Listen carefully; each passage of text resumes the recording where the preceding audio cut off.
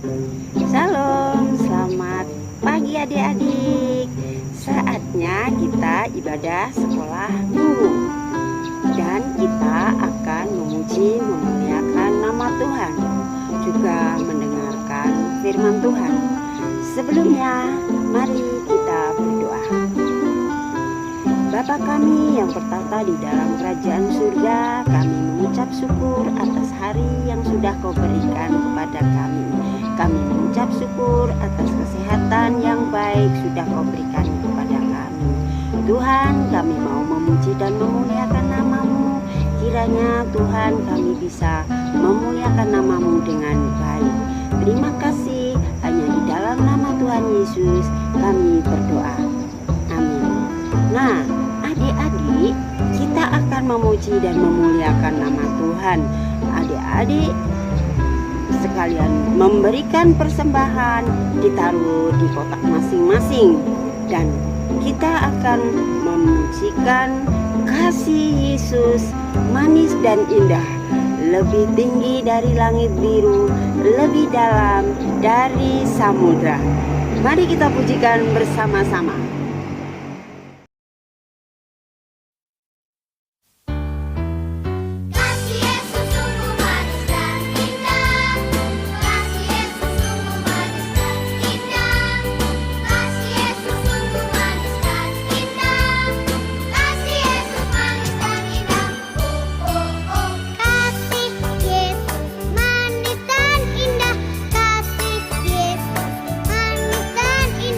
Kasih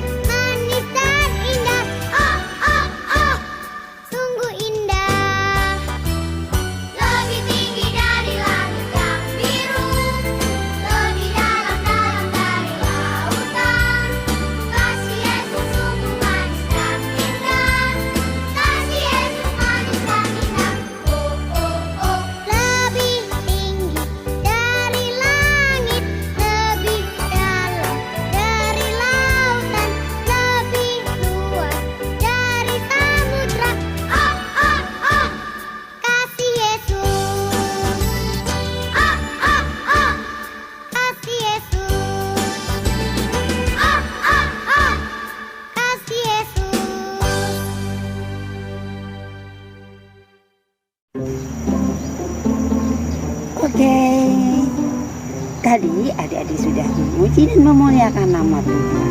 Saatnya kita mendengarkan firman Tuhan. Minggu ini kita akan belajar Allah memberikan kepada kita apa yang kita butuhkan. Sebelumnya mari kita berdoa. Bapa yang baik, yang kami sembah, kami puji dan kami muliakan di dalam nama Tuhan Yesus. Pagi ini kami akan mendengarkan firman-Mu. Kiranya Tuhan tolong kami untuk bisa memahami firman yang akan kami dengarkan. Di dalam nama Tuhan Yesus kami berdoa. Amin. Minggu lalu adik-adik belajar perumpamaan anak yang hilang. Minggu ini kita akan belajar perumpamaan perjamuan kawin. Tentu adik-adik sudah pernah menghadiri pesta pernikahan pada bersama-sama orang tua masing-masing.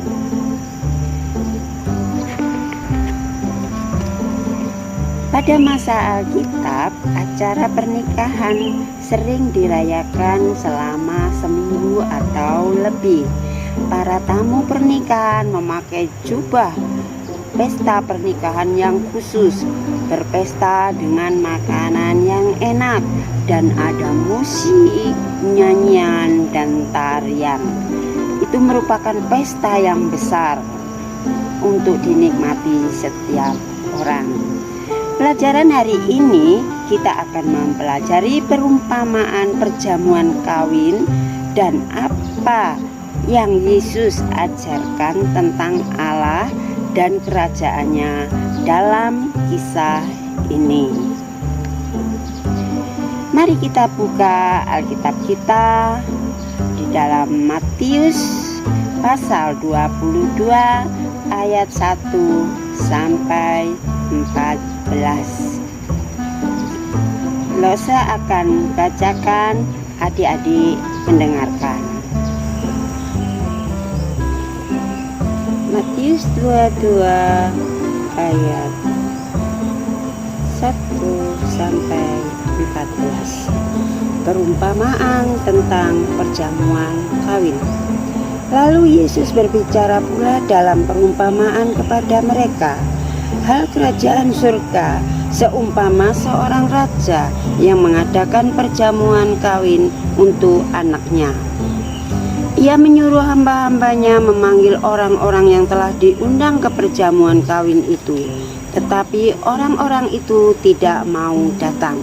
Ia menyuruh pula hamba-hamba lain, pesannya, katakanlah kepada orang-orang yang diundang itu, sesungguhnya hidangan telah kusediakan, lembu-lembu jantan dan ternak piaraanku telah disembelih, semuanya telah tersedia, datanglah ke perjamuan kawin ini. Tetapi orang-orang yang diundang itu tidak mengindahkannya. Ada yang pergi ke ladangnya, ada yang pergi mengurus usahanya, dan yang lain menangkap hamba-hambanya itu, menyiksanya dan membunuhnya. Maka murkalah raja itu, lalu menyuruh pasukannya ke sana untuk membinasakan pembunuh-pembunuh itu dan membakar kota mereka.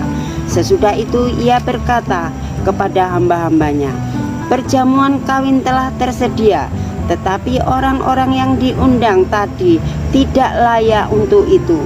Sebab itu, pergilah ke persimpangan-persimpangan jalan dan undanglah setiap orang yang kamu jumpai di sana ke perjamuan kawin itu. Maka pergilah hamba-hamba itu dan mereka mengumpulkan semua orang dijumpainya di jalan-jalan, orang-orang jahat dan orang-orang baik, sehingga penuhlah ruangan perjamuan kawin itu dengan tamu. Ketika raja itu masuk untuk bertemu dengan tamu-tamu itu, ia melihat seorang yang tidak berpakaian pesta. Ia berkata kepadanya, "Hai saudara, bagaimana engkau masuk kemari dengan tidak mengenakan pakaian pesta?" Tetapi orang itu diam saja. Lalu kata raja itu kepada hamba-hambanya, "Ikatlah kaki dan tangannya dan campakkanlah orang itu ke dalam kegelapan yang paling gelap. Di sanalah akan terdapat ratap dan kertak gigi. Sebab banyak yang dipanggil, tetapi sedikit yang dipilih. Nah, adik-adik, yang kita baca tadi perumpamaan perjamuan kawin ini mengajarkan kepada kita bahwa tidak ada orang yang cukup baik untuk datang kepada Allah dengan usahanya sendiri. Allah memanggil kita untuk menjadi miliknya, dan melalui Kristus memberikan apa yang kita butuhkan untuk menerima Dia dan diterima dalam kehadiratnya. Mengapa Yesus menceritakan perumpamaan ini? Untuk mengajarkan kita bahwa Allah memanggil kita ke dalam kerajaannya, dan melalui Kristus menyediakan apa yang harus kita miliki untuk masuk ke hadiratnya.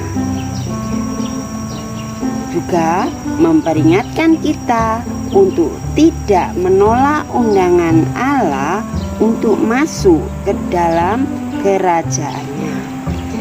Apa yang kita butuhkan untuk masuk ke kerajaan Allah? 1.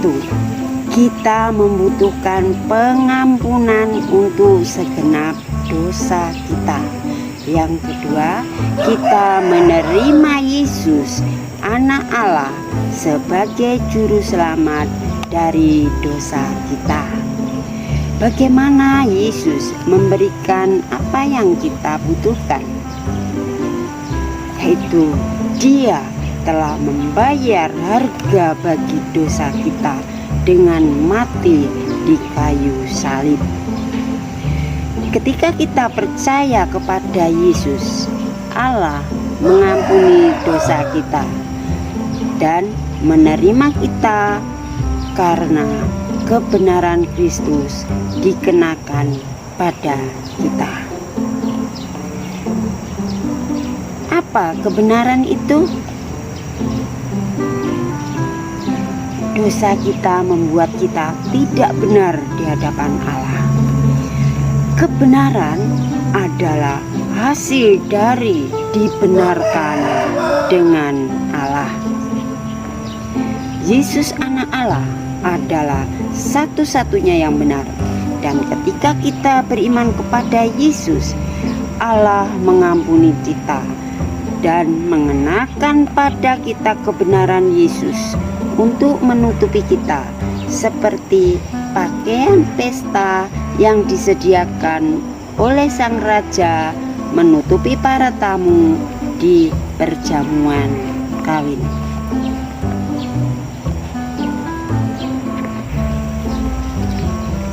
Adik-adik, ada ayat hafalannya ya. 1 Yohanes pasal 1 ayat 9.